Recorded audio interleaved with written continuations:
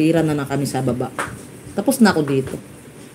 Yung dito nga, yung mga wall dito, binabrush ko ay tinasabunan, tinatanggalan ng mga mancha-mancha dito. Yun dyan, oh. Paggabi, hindi nga ako mapakali. Sabi ko, ano gagawin ko para bukas hindi ko magawa kasi mainit. Mamaya, mga medyo makulim, medyo mahinahon na yung init. Titirahin ko na naman yung doon. Yung sahig dyan, binabrush. Wala na masyadong lumot si Sally. Oo. Kasi na-brush ko nang paulit-ulit. Gamit na gamit yung brush. Yung brush nandoon, ginamit ni Marky. Gamit na gamit yung brush. Lahat talaga, binabrush ko talaga yan dito. Wala na yung mga lumot-lumot si sis. Mga lumot, wala na yung mga lumot. Oo. Bumili na naman ako ng Clorox o sabon. Kasi naglaba yung ibang unan ba. Oh. Tingnan nyo. Yung galing niya sa taas, tinapon yan dito sa baba. Para, maraming dito tapon na galing sa taas. Yan, nandun sila sa taas. General cleaning talaga dito, guys. Oh. Sobrang init na.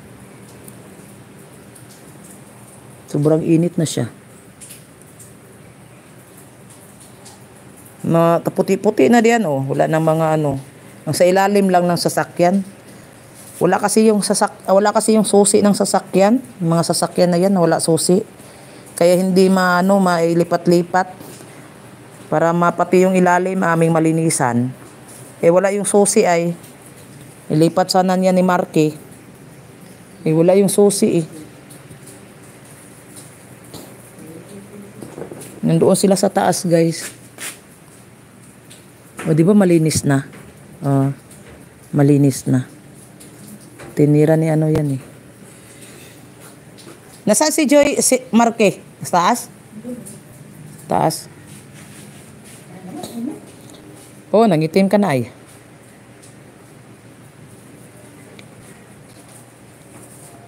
Nangitim na. Grabe ang init ngayon, kumakagat na sa balat.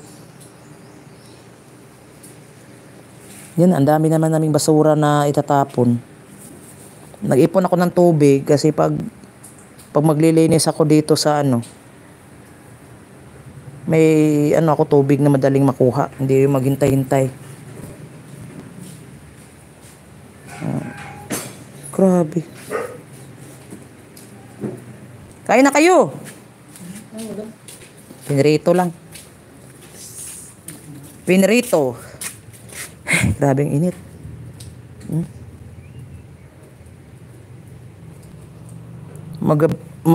Hanggang gabi kaya ang pagbabrush ko dito ay ng isang araw. Ngayon kahapon dapat sana kami maglilinis doon, sana kami kahapon, kaso lang walang tubig. Anong oras na bumalik yung tubig? Yun. Kaya pag makulimlim kalma na yung init, tirahin ko naman kasi tapos na si Marky dyan. Tapos na si Marky dyan naglinis.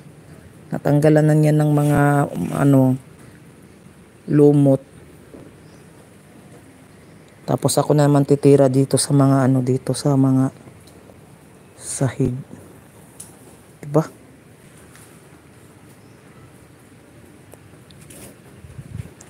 Gabi-gabi ba may naamoy akong nagtatapon ng tae. Baka sa likod may nagtatapon ng tae, guys. Gabi-gabi talaga ako makaamoy, pero ito mga kasamahan ko hindi sila nakaamoy ng tae. Diyos ko, ang bilis ko makaamoy. Sabi ko, wala ba kayong naamoy? May nagtatapon ng tae, guys.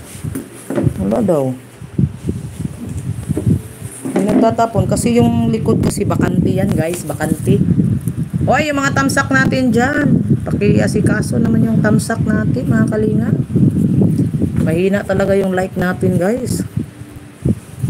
Kumusta na daw si kumusta ka na po ba sa waay ni?